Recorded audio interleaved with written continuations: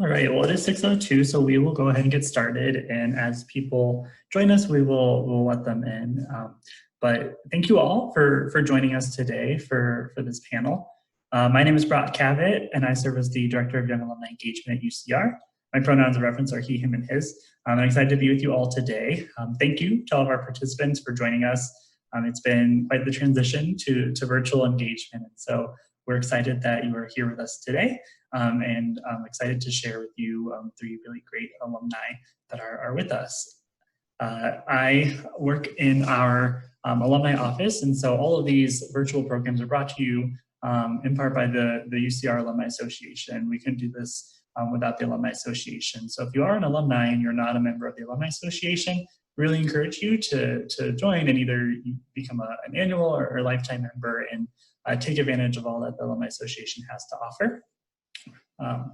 With that, we'll kind of go over a bit of what today is going to look like. We will be recording this session, and so if you miss anything or you want to be able to share it with someone afterwards, we will share it with you afterwards in a follow-up email, just to let you know. We also will be asking some predetermined questions to all of our panelists. However, we also want to hear from you all, and so if you're not familiar with Zoom, there's a chat feature at the bottom of the screen, and there you can go in and submit questions throughout the session. And so submit them throughout the whole session, and then towards the end, we will try and get to any of the questions that you have for our panelists.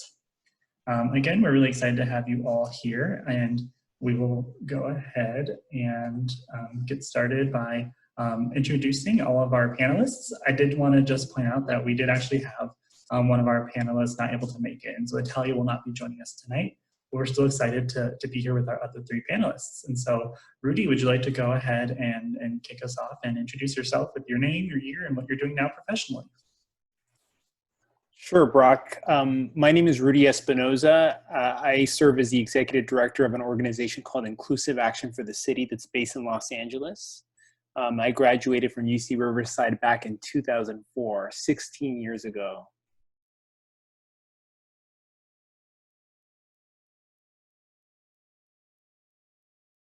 Should I hand it over to Skye? I'm so sorry, my mouse was not working. I cannot unmute myself. Thank you so much, Rudy, for introducing yourself. Yeah, Skye, would you like to go ahead and introduce yourself? Sure. Hello, everyone. My name is Skye Allen, she, her. I work for an organization called Inland Empowerment. We are a coalition of nonprofit organizations in the Inland Empire. There's 10 different organizations. So I, as staff, support them and help them coordinate their efforts and amplify their work. But also, we do a lot of collaborative work, more generally speaking. So I do, for the past year and a half, I've been collaborating with the Census IE work that's been happening in the region and helping ensure that we have a complete count for the 2020 census here.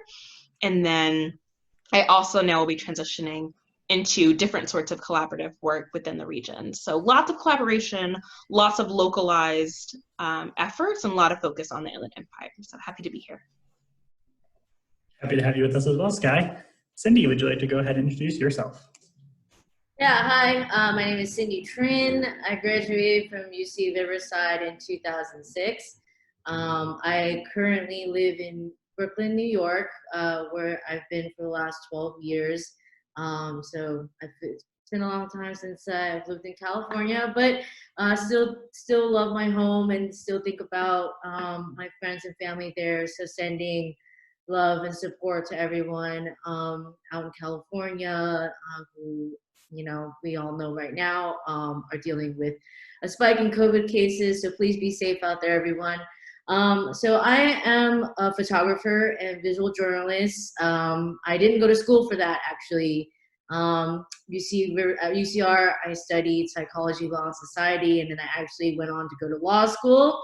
But then I quit law because I hated it and followed my true passion to be a photographer. And, you know, back at UCR is when I really learned about my love for photography, and I was part of this little art group called Sea Monkey. I don't know if it's around anymore, but there was a little art group I was in called Sea Monkey, and we were just like a little group, like a little club of artists. And I actually had learned about my love of photography back then, but you know, with pressures from family and society, I thought I had to pursue a more practical career and went on to law school, but realized it wasn't for me. And so I decided to pursue photography full time about 6 years ago, and I've been doing it ever since. So I quit law, and I'm a photographer full time now, mostly freelance, and most of my work focuses on social justice and activism. So I have an account called Activist NYC, and I've been documenting protests here in New York since Occupy Wall Street, so since 2011. And my virtual background, as you can see, is from a protest that I shot recently during the Black Lives Matter movement and all the eruption of protests that were happening after George Floyd was murdered. So I've been doing this for a long time, and my goal for my project has always been to document and highlight peaceful protesters, people exercising their First Amendment right, people who are passionate, who come out to the streets for these causes that are important to our nation and our world. And so really my goal is to document what's going on in our history right now, because we are going through a very historical moment in our life. And I think it's important that we reflect on those moments, and photography has that ability, has that power to do that. So yeah, that's a little short version of the last decade of my life. Thank you so much for sharing, Cindy. And that's really cool to know that a lot of your kind of passion for photography started way back at UCR. And so thank you. And is the photo behind you one that you took yourself? Yeah, all the photos I shoot are my original work. And all the photos you can see on my social media accounts are all my original content. Very cool. I'm really glad that you're able to have it behind you. We can kind of see some of your work throughout the evening. Well, thank you all to all of our panelists for introducing yourselves. We'll go in and transition into our questions. Again, if you're just joining us, we want to hear from you as well. And so submit your questions below in the chat feature, and you can submit any of the questions that you like, and we'll try and get to them at the end of the session. But we'll go ahead and start with just kind of asking our panelists to tell us a bit about the impact that you've made on the community through the work that you're doing in your specific areas. So Skye, do you want to go ahead and get us started on kind of the impact you've made specifically in the Inland Empire area? Sure. So I'll start off a little bit further back. After graduating in 2018, I received a fellowship through the School of Public Policy Center for Social Innovation. They now have a fellowship open to graduating seniors and recent graduates of UCR. And it was through that I was able to get involved in the nonprofit sector, get involved in civic engagement more actively.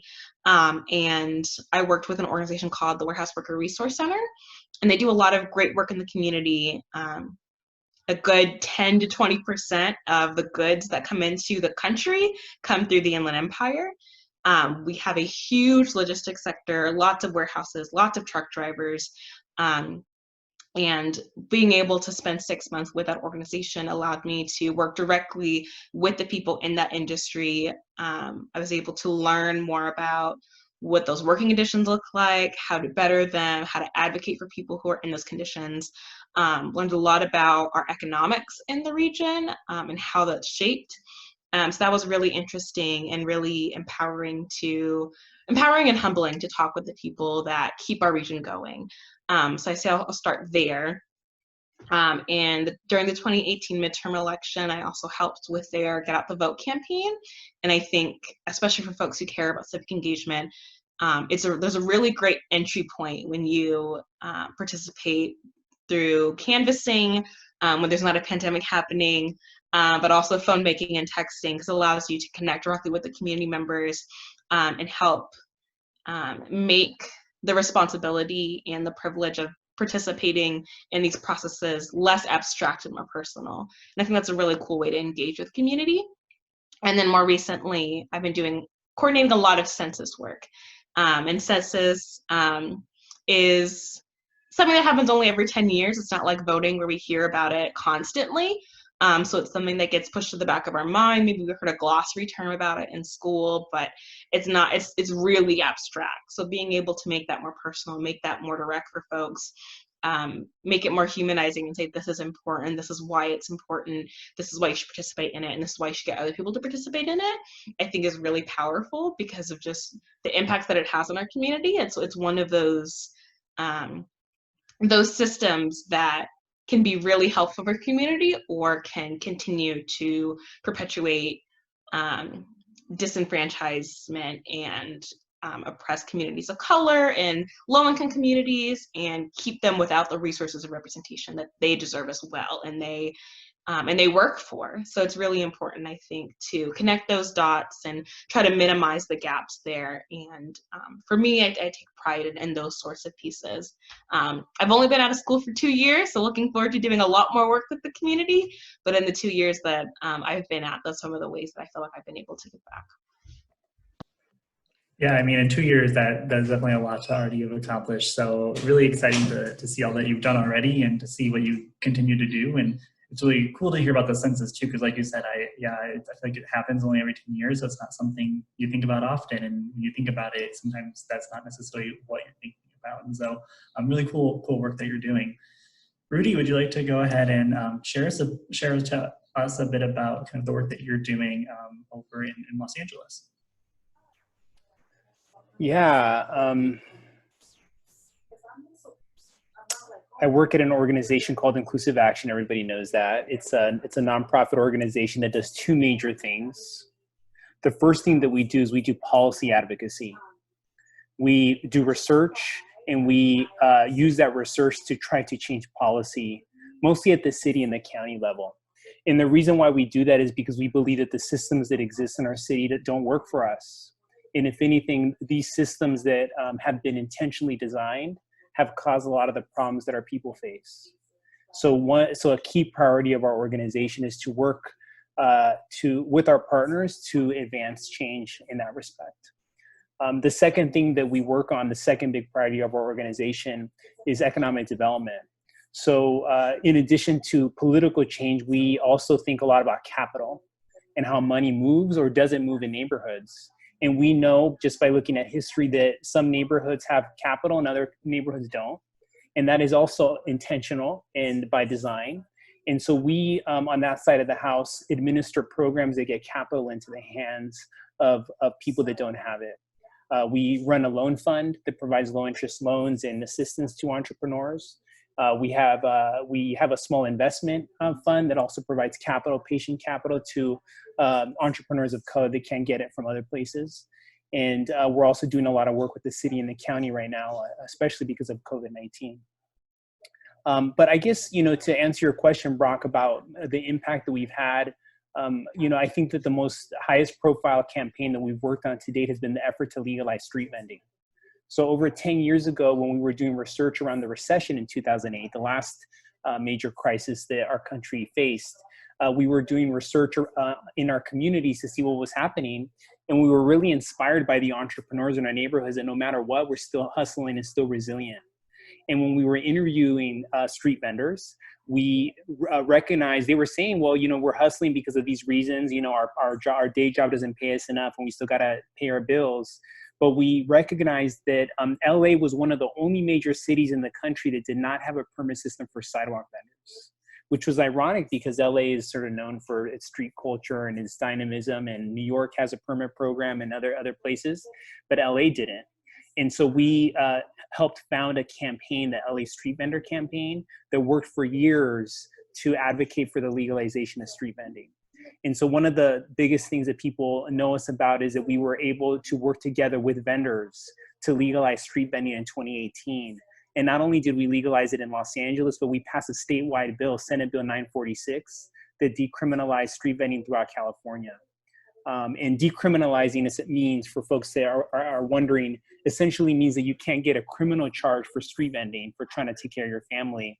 And that criminal charge is important because under this administration, if you are undocumented and get a misdemeanor charge, just a charge, it doesn't mean you're convicted, you become a high priority for deportation, which we believe is unjust. So I'll leave it there. But I think that one of the things that we care a lot about is making sure that that we find justice in the work that we do, and a lot of our work is really around the economic justice standpoint. But yeah. Thanks for sharing, Rudy. And I think, yeah, you and Inclusive Action are doing some really important things. And I think that specific campaign is huge, and especially, you know, knowing, like you said, the culture of California, and especially Southern California, of street vending. I think it's really great work that you all are doing. And I think that in general is just really cool that you were able to get that passed, and appreciate you and all the hard work that you did to make that happen. Cindy, would you like to share some of your thoughts on, you know, out in New York and what you're able to do out there with your photography? Yeah, so like I mentioned earlier, I've been documenting protests and I've been very involved in the activism scene in New York since 2011, when Occupy Wall Street began. Back then I was actually legal observing, and I witnessed a lot of civil violations happening, you know, cops just tackling people for no reason, myself included even. And I just really disliked how the media portrays activists and protesters. We even saw recently with the George Floyd protests how the media loves to really focus on the rioting and the looting and the kind of all that negative stuff, when that is actually a very, very, very tiny fraction of what happens in the streets. Because I've been protesting in New York for a long time, and I rarely see that actually. Most of the time, people are out there peacefully protesting. And so I wanted to create a project that highlighted what I saw when I was out there, documenting what I was seeing firsthand. And so I created Activist NYC. I rebranded myself as Activist NYC in 2014 when Michael Brown was murdered in Ferguson. And since then, like, my project blew up and I gained a following, and I started getting contacted by different organizations to do photography for them. I was, you know, working for Amnesty International. I was working for Working Families Party, Coalition for the Homeless. I have like a number of other clients that I started doing photography for. And that's sort of when I made my full-time transition from doing law to doing photography. I realized that this is actually what I really want to do with my life. I wasn't happy trying to do law. I couldn't find the right role for myself and the right job that I felt was meaningful to me. So ever since I switched to doing photography full-time, I realized, you know, how much happier I've been. And so it taught me a lot about, you know, how sometimes, like, you might go to school for one thing, but your life can change very drastically. And I made a huge career move and I made a huge risk. But my education obviously was such a big part of my life, and it shaped my politics, it shaped my activism. So I really value the education that I got over the years. But I realized how you have to follow your dream, and you have to follow what you really want to do. And like I mentioned earlier, I actually really had a passion for photography back at UCR. It was like actually the time when I discovered that passion. But it just took me a little bit longer to finally manifest that passion and you know, bring it out to fruition and pursue photography as my career full time. So once I started Activist NYC, a whole new world opened up for me, and I've done a lot of these kind of talks, and I'm showing. Last year I had several exhibitions of my work in New York, which is like every artist's dream. I have work up at the Museum of the City of New York on permanent display. And all these opportunities have given me the chance to meet different people and network with like-minded folks who are also working in this space and doing amazing work in the community and engaging the community and working with the community, giving back to the community. And that's what I really love about New York is the community is very strong here. And I've built this wonderful network of people that I really love and trust. So it's been a quite a long journey for me, and it's still going on. So I'm still out there documenting protests, and I hope that my images can one day be looked upon, 10 years from now or 50 years from now even, and we remember this time, just like how we look at images from the civil rights movement, right? We see pictures of Martin Luther King, we see images of Malcolm X, and we see those images and they really stick with us, right? Images have such a powerful way of moving people. And so that's what I really want to do with my work, is to move people and to impact people in a way that I never could as a lawyer. As a photographer, I've been able to have a lot more widespread impact, which which really makes me fulfilled and really gives me the sense of purpose in my life. So my work is not only documenting activism, I've also done a number of other projects. For example, a couple years ago, I did a photojournalism project about survivors of human trafficking, which I showed in a gallery here in New York. That was very powerful for me to do that work and to meet these people and for them to share their life story with me. It made me feel like this is why I do the work that I do. I also have another series that's ongoing about Chinatowns around the world. So growing up in California, I was surrounded by a lot of Asian Americans. I'm Vietnamese American, so I spent a lot of time in Westminster. I hope all y'all know where Westminster, California is, the little Saigon, right? So I spent a lot of time like in Asian American communities, and when I moved to New York, I was lacking that until I found my community in Chinatown. So Chinatown here in New York is a very strong knit, tight Asian American community. And I just grew love with Chinatown because it had all the familiar smells and all the familiar foods that I love. And it felt like a little piece of home for me. So I spent a lot of time in Chinatowns and I started documenting Chinatowns, and like it just became a thing for me. Wherever I traveled to, if I went back to California, if I went to Europe, if I went to even parts of Asia and Canada, like I would always visit that city's Chinatown, and it became like a project for me to document Chinatowns wherever I went, as sort of a homage to the immigrant life, like the resilience and the drive of immigrants to make a new life for themselves in a new country. Because my parents came as refugees after the Vietnam War. So I grew up with a very kind of a refugee immigrant community and mentality and household. So for me, it was like it was really paying homage to my immigrant roots. And I had an exhibition of that series just last fall, and I hope to make like a photo book out of that series, and hopefully even my activism series as well. So those are the kind of projects that I've been doing, and that's the work that I really feel connected to, and I feel has given me meaning in my life and purpose, and I hope that like one day people can reflect on my work and resonate with it. And I've had people tell me like they love seeing like the pictures of protests in the city because it gives them that sense that they are there as well. A lot of my photos of protests are very, very intimate, very close up, because I like to really get into the protest and in the march. So I want people to feel like they were also there, even if they couldn't physically be there.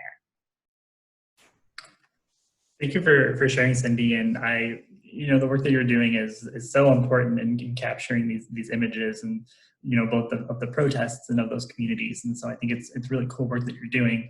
I actually have a question for you specifically that I'll go ahead and ask while we're on that topic is, what is the most impactful event that you've ever photographed? This is easy question for me. So back when Trump passed the Muslim ban, there was a huge protest. It was amazing because New York is really well known for our bodegas, right? Bodegas is like the quintessential lifeline of New York. And they're owned by a huge population of Yemeni Americans who are all Muslim. So there was one day when, after the Muslim ban was passed, the entire population of Yemeni Americans in New York shut down bodegas in New York. I mean, that's like unheard of. That's like the subway shutting down. It's a very rare event for bodegas to shut down here. So every bodega was shut down, and this massive crowd of Muslims and brown, all sorts of different brown people were congregated all in Brooklyn. So we were in downtown Brooklyn, and it was the most amazing protest. I mean, I've been to so many amazing protests, but that one really sticks with me because I feel like everyone was like, they were there protesting this horrible Muslim ban, but they were also like celebrating. They were like celebrating being American. They were holding American flags. There were so many American flags everywhere. There's like a sea of brown people holding American flags. And I thought that was just like such a, visually that's so striking.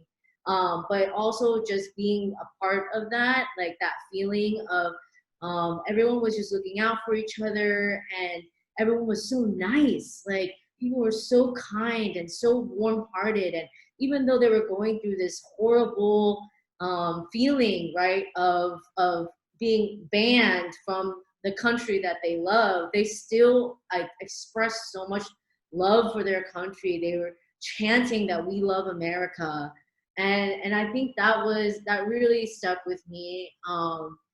It's to this day, I think about that protest all the time because it really represented to me what America is, right?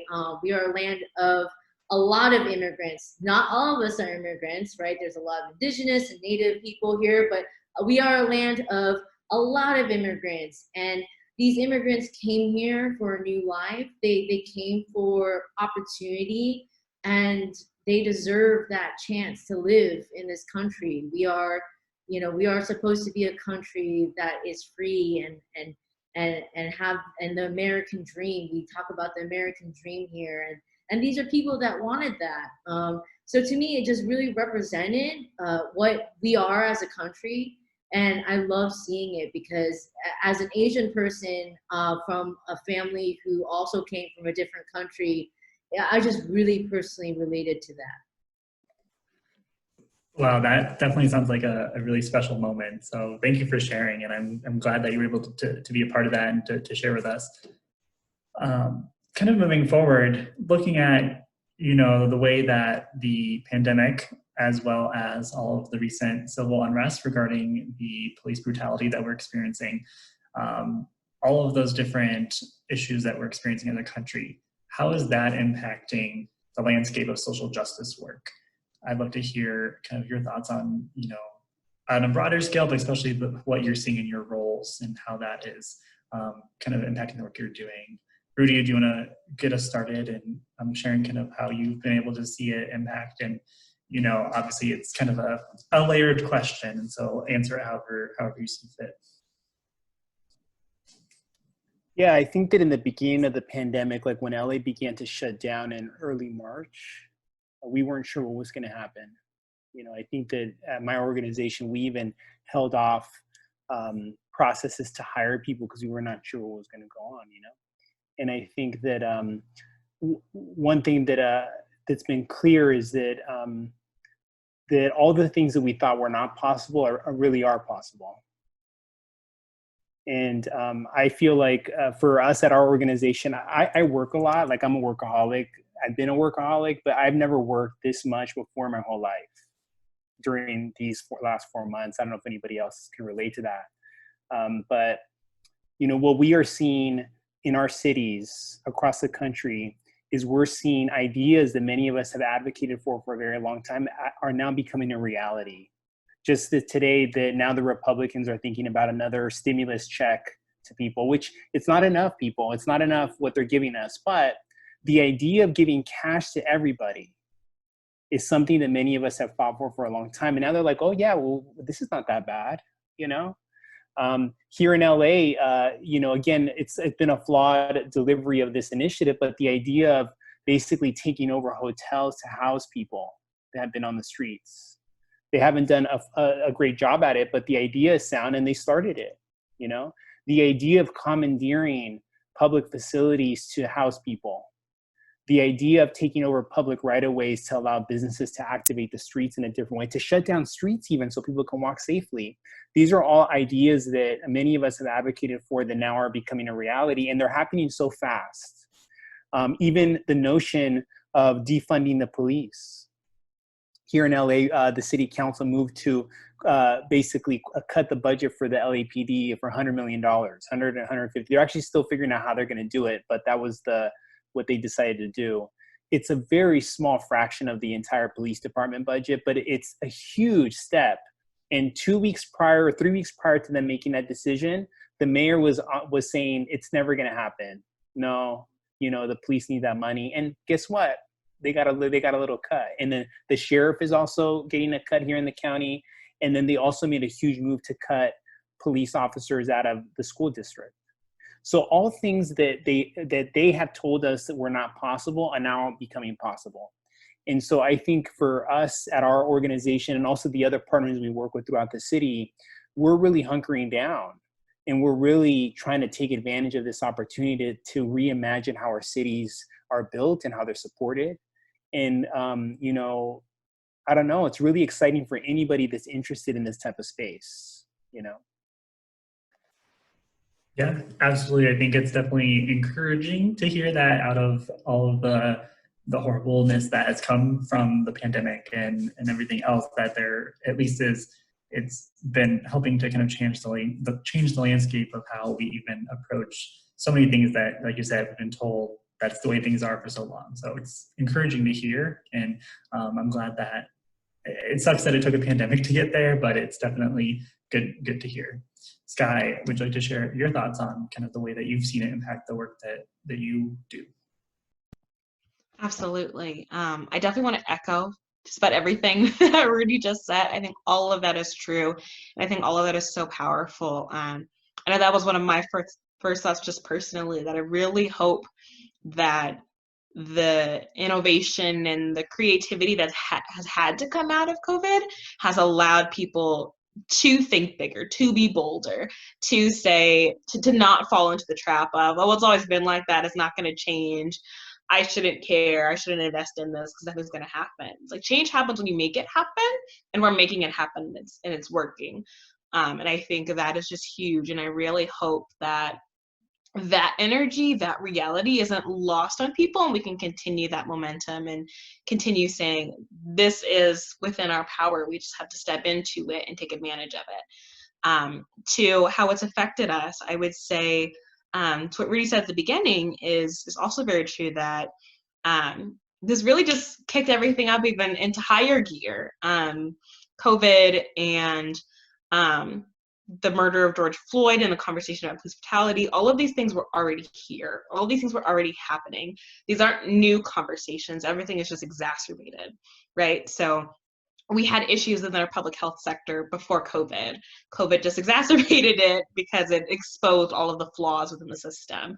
We had racism, anti-Blackness, police brutality happening before the murder of George Floyd, before the murder of Breonna Taylor, before the erasure of what happened to Ahmaud Arbery. All of that was already happening, but we were in a space where we had no choice but to listen to these stories and to watch these videos and to see these things happen. And then it kind of like triggered a lot of people to say, oh my God, this is still happening, this is real. They were able to the flaws in tying healthcare to jobs, because then you have a situation like this and people lose their jobs and they lose their healthcare, and it's all tied. And I think when you do work in these social justice spaces, when you do movement building work, These sorts of conversations you have all the time. Several of our partner organizations do work around criminal justice, do work to try to rethink public safety and get rid of the school to prison pipeline and all of those things. A lot of organizations do work around healthcare, do work around immigrant justice, do work around labor rights. All of these things just got worse this year. So all of the workload just gets bigger, but it also opens up so much room for empathy and for compassion and for community building. Even around the census, right? We had to really think about what does outreach look like, because the census opened up the same week we locked down because of the coronavirus. So it was, how do we still get this message out to community members so they can participate in the census? And two, how do we even talk about the census in a way that is sensitive to everything else that's happening in the world? If this family just lost their job, if their loved one's in the hospital and they can't visit them and they don't know how to process that, we're gonna say, oh yeah, ignore all of that. Just go online real quick for me. Fill this out. Like, you really have to connect it. So it opens up this big opportunity to really talk to people as neighbors, as community members, as friends, and not just in a transactional nature, but say, hey, I'm calling to talk to you about the census, and we're going to get to that because it is important and I can explain why, but how are you doing? Are you okay? Is your family okay? Can I help direct you to resources in the community that could be beneficial to help get food on your table or to help get access to unemployment insurance? So there's just been so much opportunity to reach out to community, even with the awful, horrific, traumatizing police brutality and anti-Blackness that we've been seeing. So much community has come out of that. The protests, they're not going away. They're still happening. And that is so powerful to see sustained movement, literally a movement of bodies in the streets for Black life, for LGBTQ people's equity and rights and access to healthcare and all of these things. It's so powerful to see. And I think we really have an obligation to help connect all of these dots and say these aren't separate conversations. This is one conversation. This is the same sort of structure, just manifesting in different ways, and really connect those things. I know this is a conversation about civic engagement, and I know internally and externally, we're really trying to think about and challenge the notion of what civic engagement is, right? It's not voting in the primary and election every 2 years. It's walking in the streets and protesting in the streets. It's calling your legislators. It's participating in the census. It's all of these things. All of it is civic engagement. All of it is valuable, and all of it is necessary for real change to happen. We can protest, and it's super powerful, and it's getting a lot of things done, but it's getting more things done in places where we've been able to vote for people who are willing to listen to us than in places where we haven't been able to, we haven't been able to turn out people who aren't listening to the community and are only listening to their donors. So all of these things have to work together, right? We can't just give up. We say, okay, we voted, we're good, I'll return to this in 2 years. You can't just let people go into those positions and not feel accountable to the people that put them there. But we need to pair those things all together. And I think we're in a moment right now where we can really make those connections and have those conversations in a way that is nuanced, in a way that is dynamic and robust. And I think that is super exciting. But to go back to the question, I think all of it has already been here. Everything has just gotten worse, but there's so much opportunity to make things better right now. And I think that is really exciting and really motivating, and why a lot of us have more work now and not less.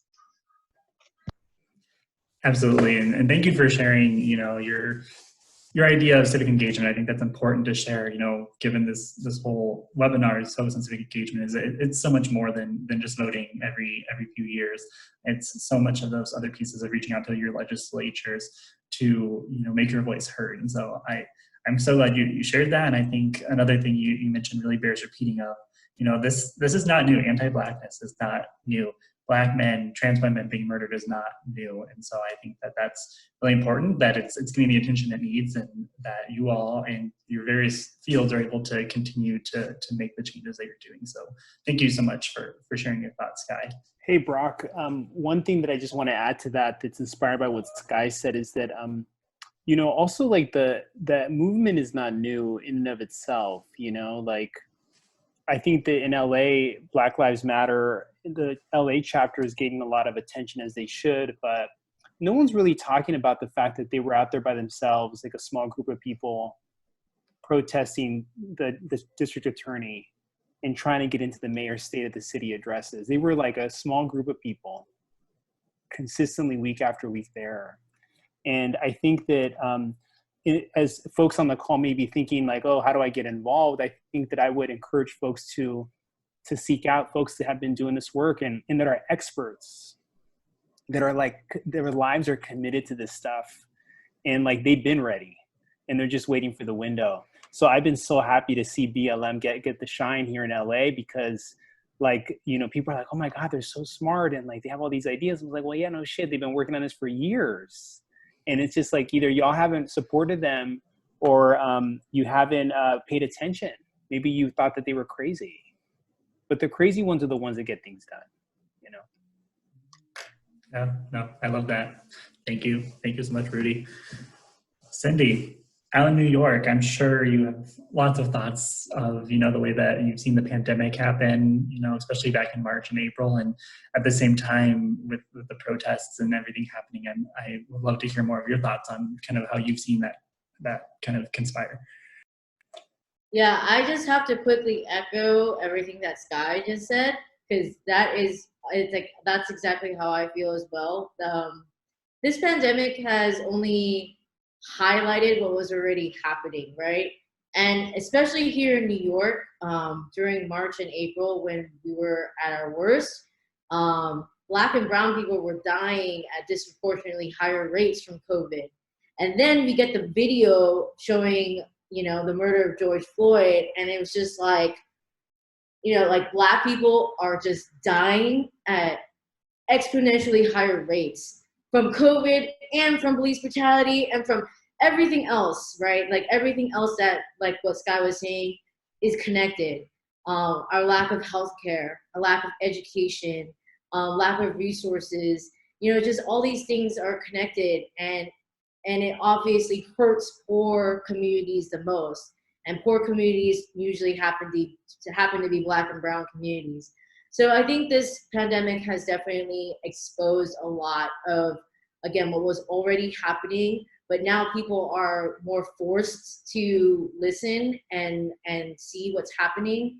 And when you are presented with that information, it's hard not to feel something inside of you. When you watch a video of a man being murdered, it's hard not to feel that cringe, that, you know, that horrible sinking feeling of this is not right. And we've seen videos of Black men being murdered and Black women being murdered and trans people being murdered. We've seen these videos. But I think with COVID, something just snapped in people, right? It just snapped, and we were all locked away in our apartments for several months.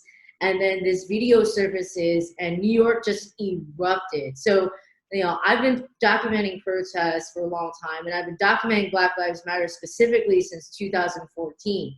And what I saw in New York was the most huge, like the biggest outpouring of solidarity and community that I've ever seen in all my years here.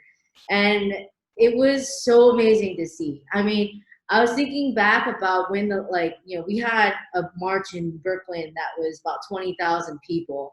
And that was happening every day though in Brooklyn. It was happening like every day, 10 to 15 to 20,000 people out every day. And I was thinking about the last time there was a march that big, and that was probably the Millions March in 2015, I believe. So that was one time that was about 20,000 people. That was only one march. So if you think about what's been happening for the month of June, it was like a Millions March every single day, right? And I think a big part of it is, yeah, people are home more because everyone lost their jobs, right? A lot of people lost their jobs, and more people are home, so they're actually able to engage, right? I think what, talking about civic engagement it's difficult for a lot of people because we are constantly struggling in this country. People are working so many jobs. They're working so hard. They have to work 3-4 jobs sometimes just to feed their families and pay rent, especially in New York. So, you know, when you think about people who are able to civically engage, you actually are talking about people who are privileged enough to do this work. Because we are able to work. We are able to do this work because we have the time and we have the money and we have the resources to do it. And there's a lot of people that don't, right? So when I think about like our struggle and our fight, we also have to fight for those people who can't be out there. So when I think about like civic engagement and my own role and what I want to do, you know, my role in this movement, I think about just do what you can do. Like you can't do everything because this work is very difficult and it's very exhausting and you will burn yourself out very quickly.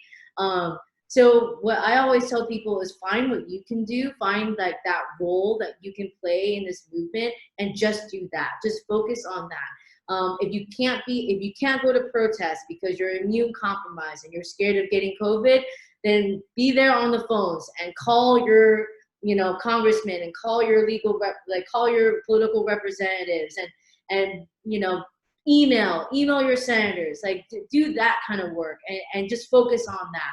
And if you want to be out in the protest, be out, show up. Like if you can, if you're physically able to, and if you're, you know, mentally able to, show up to the protest, because there really, to me, there is no better way to civically engage, right, with your community and with your city and with your just like the people, your people, than to really go out to a protest.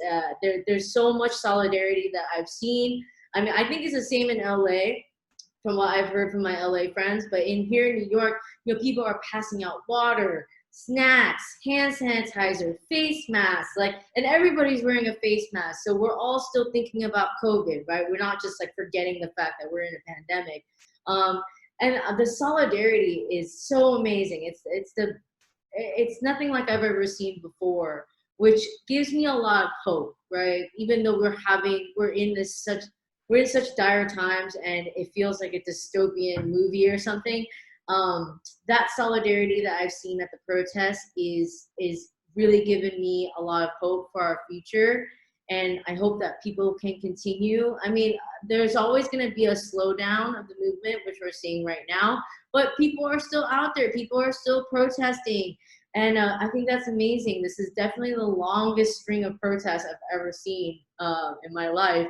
So I love that people are showing up. I mean, this is what it's all about, is showing up for a cause that doesn't necessarily, might not even impact you personally, but it impacts your community, it impacts your friends, it impacts your family, it impacts you in some way. And that's what we really need to get people to realize, is that showing up for others just creates a stronger movement for all of us, because we all have different struggles, but the one big struggle that we're all fighting against is that big beast called white supremacy, right? And if we can all recognize the fact that even if we are different in religion or color, race, or ethnicity, we have that one thing in common, which is to fight against white supremacy, fight against oppression of marginalized people and people of color and the LGBTQIA community.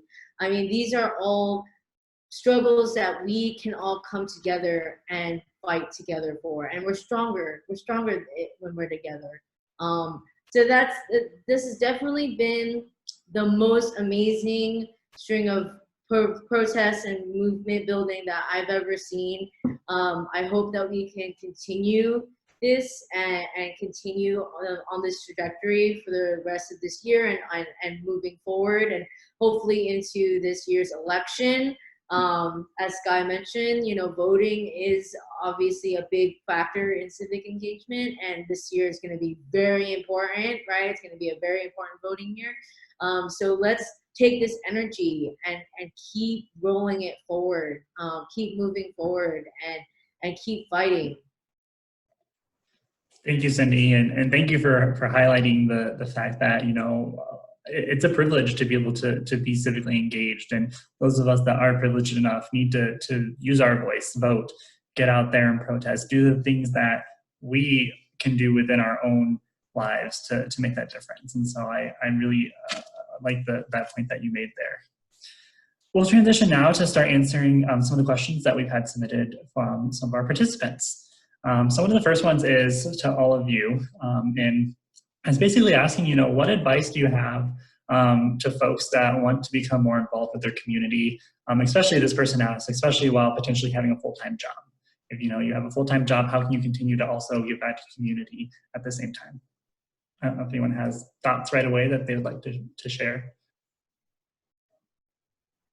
Yeah, I'll quickly say, just echoing what I mentioned earlier. I mean, just find that small thing that you can do and do that. Because if we all work collectively, then it makes a huge impact, right? If everyone just does their little part, then collectively that makes a huge impact, and it can have like a significant, you know, effect. So that's what I was saying earlier, is when we're all worried about working and paying rent and, you know, medical bills and feeding our families, and, you know, we have all these things going on. It's hard to push yourself to engage. And like I said earlier, it's a privilege because a lot of people don't have that opportunity to do that. They just simply can't, because they're trying to survive. They're just like they don't even know how they're gonna eat tonight, right? So I think my advice is find the smallest thing that you can do that, and just keep doing that. You don't have to do everything, and in fact, I discourage you from trying to do everything, because we just simply can't. We're all trying to survive as well. We're all just trying to put food on our tables and pay rent. LA, New York, we're living in pretty expensive cities, you know? So, you know, you have to take care of yourself first as well. And I talk a lot about self-care. You know, a lot of the community activists here talk about self-care. That is very important. You have to take care of yourself first and foremost. And so don't overwhelm yourself with trying to do everything. Do the little bit that you can. Sign the petition. You know, take 5 minutes to do a phone call. Take another 5 minutes to send emails to your senators or your congressmen. Like, just do the little thing that you feel you have the capacity to do, and just keep doing that. That's great advice. Thanks, Cindy. Skye or Rudy, do you have your thoughts? Yeah, I can share. I would definitely echo everything that Cindy just said. All of that is true. All of that is valid. To give a couple examples of things you can do, we've talked a lot about protesting. Cindy has a dope picture of a protest in her background. That is a really easy one, a really cool one. If you are able to participate in a protest, it's definitely an experience that helps connect you to your community, to the people in your community, to the movement work happening. That's all really great. You can donate. There are organizations to donate to. There are campaigns to donate to. If you have $5 that you could donate, again, like even little bits can add up. If everyone donates $5, that's a lot of money. So if you have extra $1 or $2 that you can spare and give to local organizations or campaigns or bail funds or other things like that, those are great things to invest in. Take a little bit of time every now and then. If you need to pace it out, do it as you need to, but educate yourself on things down ballot as well when it does come to voting. We want to ensure that when we are showing up to the polls, we're not just voting for the president or just voting for our governor, or just voting for a senator. There is so much that happens locally on the countywide on down that people just don't pay attention to because we don't have the time to. There's not the same resources that go into explaining who your school board members are and what they're running for and who these people are for your city council. that information can be harder to get, unfortunately. And then when it comes to propositions, a lot of the language can be very confusing. And that's all intentional. The harder it is to participate in these things, less people are going to do it. And the more that people with bad intentions can get away with things. That's super simplified, but for the sake of time, I'll keep it simple. But really try to pace it out. So maybe August on or September on, spend a couple minutes every weekend where you read about a local race. Read about, who's running for school board in your city, who's running for city council in your city. Is there a race for mayor? Who are those candidates? Who's the district attorney in your county? Do you like what they're doing? Do you not like what they're doing? Do they have a race coming up? Even water board, there's so many positions that people run for that just don't get any attention. I remember in the primary, there were tens and thousands of votes for Bernie Sanders and for Joe Biden and Elizabeth Warren, and there was a huge drop off when it came to county folks. So you see like 100,000 people voting for Democrats and progressives at the top of the ticket, and then super conservative Trump supporting folks are winning county seats and city seats because people aren't voting down ballot. And not to say necessarily that those are bad things. People are allowed to feel how they're allowed to feel, but if there's that big of a mismatch, then people probably just aren't voting all the way down and wouldn't agree with the people that are running things locally and would change them if they had the means to figure out what's happening. So I would encourage you all to take some time and share resources. If you identify resources with friends to make it easier on them to do these things, follow organizations on social media. They share a lot of information about, where you can find resources to break some of the stuff down. So there's just so many different ways that you can get involved. Just try to find little ways to educate yourself, because I think that's the best place to start. Thanks, Skye. Rudy, your thoughts? I don't have too much more to add to what was said. It is overwhelming, and there is a lot of positions. And so I guess what I would do is, identify who represents you. There's probably a system in your city. There is one in LA that you type in your address and it tells me who represents me. And I would just be mindful of that and then just get to know them over time, because I think what happens is that we're so full of adrenaline to fix the issue that's in front of us. And then we're not building norms about civic engagement. And to Skye's point, the reason why we always lose is because we run out of steam. It requires it's a lifestyle of civic engagement, of checking in. And I definitely really rely on organizations that could help coordinate and help, filter some of this information for me. So I guess 2 steps. First step is find out who represents you where you live. And then 2, identify an organization that could help be your coordinator or quarterback, and be in touch with them. And they'll hit you up when they say, hey, can you send an email public comment to the city council today, because there's this big important issue, you should know about it, and then just slow and steady. Yeah, absolutely. Rudy, we actually have questions for you specifically. How do you get legislators to work with you? Be nice. No, I mean, I think it is partly be nice, but it's also just building relationships. It's like knowing what they do and what they can't do. And going in, I mean, I think especially the down ballot races, like oftentimes these folks never get any emails or calls from constituents. I'm being a little dramatic, but they certainly don't get a lot. And so if you call or you go to a meeting, they're like, oh snap, who's that person? Like, they've been coming here at the meeting all the time, or I got another email from Skye's been emailing me about this thing. Like, we got to get back to them because clearly they're paying attention. So the way that we spend a lot of time in inclusive action building relationships and knowing who moves what, doing a power analysis of who has power to do what, who has decision-making authority over what, and then just getting to know them and letting them know and educating them about what's happening on the ground. Because everybody has a role to play.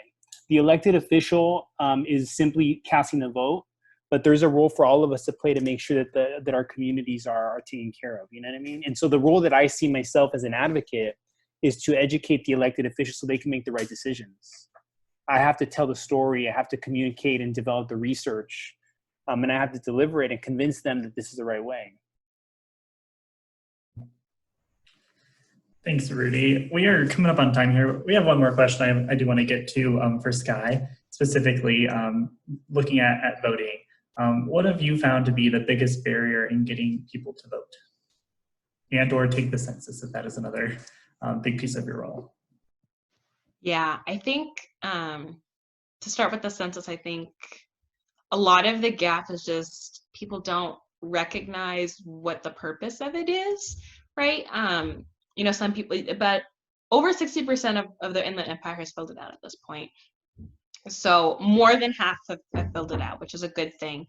But 40% of people not filling it out is still a big gap, is still a big inequity. And trying to fill that gap becomes really difficult because we're not really in the position right now to do a lot of deep digging because coronavirus still exists and we're confined to digital means, and not everyone has digital access, right? Not everyone has broadband, not everyone has those sorts of technologies at home, and there's a lot of disinformation.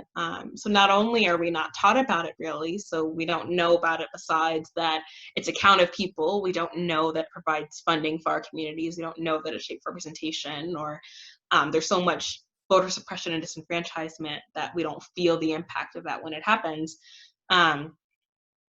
But there's people actively trying to encourage people not to fill out the census. There was an executive order today where the Trump administration is still trying to fearmonger immigrants out of participating in the census so that they can gerrymander districts and keep their political power.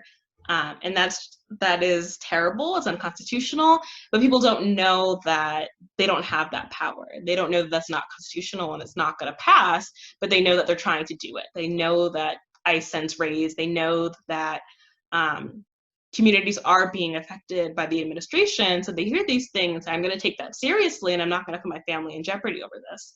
So I would say for census, that's the biggest thing. And that's a really hard thing to fight because it is real, right? We can't just say, oh, that's not true. It's not true. It is unconstitutional. And the census is not allowed to share that information, and they're proven to not have shared it. The Bush administration asked the Census Bureau to share information about Muslims and Middle Eastern people after 9/11, and they wouldn't give it to them. So there is a record that they are going to stand up for the confidentiality of this information and not share it with presidents just because they asked for it. But with everything else that's been happening over the past couple of years, you can't just say that and expect people to say, okay, I trust you now. Like, there's real fear and it's valid. So working through that and trying to build trust in your community and explain the everything that goes into protecting their information and protecting their lives and protecting all of that, that's hard work, and we don't always have the time and capacity to do it because we can't be going door to door and explaining these things and having super nuanced, long conversations with people at the door. So for census, that is a struggle, but I would encourage people to just word of mouth. If we can continue to educate our peers around this and let it travel that way, that can be really impactful. When it comes to voting, I think a lot of it is that education, not necessarily education gap in that people don't know any better, but there's a lack of confidence that comes from it, right? A lot of people recognize the value of voting, but they don't feel that they have the time to educate themselves. Things become too controversial and they're like, I don't know what the right answer is, so I'm just not going to participate because I don't want to make the wrong choice.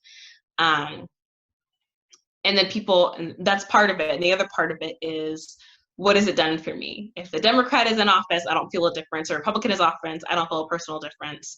How does this impact my life? I'm struggling to put food on my table. I'm struggling to keep a roof over our head.